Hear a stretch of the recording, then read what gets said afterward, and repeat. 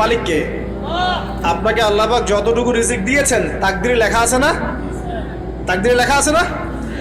তাকদিরে লেখা আছে যেটা, সেটা কি আপনি না খেয়ে মরবেন নাকি?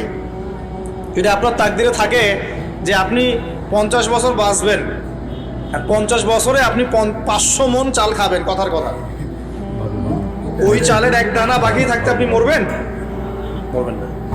তাহলে রিজিক কি আমার সাথে সম্পৃক্ত না আল্লাহর সাথে সম্পৃক্ত? এই বিশ্বাসটা করতে হবে। তো দাড়ি রাখলে কি মেয়েরা পছন্দ করবে না নাকি?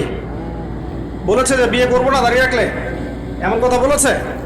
যদি কোনো মেয়ে এরকম কথা বলে, ওই মেয়েকে বিয়েই করার দরকার নেই আপনার। যদি কোনো মেয়ে আপনাকে বলে যে দাড়ি রাখলে ভালো লাগে না, শেভ করতে হবে, না হলে বিয়ে হবে না, বিয়ে করবো না, ওই মেয়েকে বিয়ে না করাই উচিত আপনার।